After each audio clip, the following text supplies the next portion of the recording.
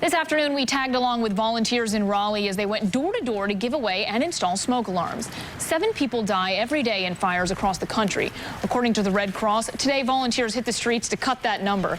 The volunteers also went over emergency plans with the people they met. It's all part of the Red Cross's campaign to reduce home fire deaths and injuries by 25% over a 5-year period.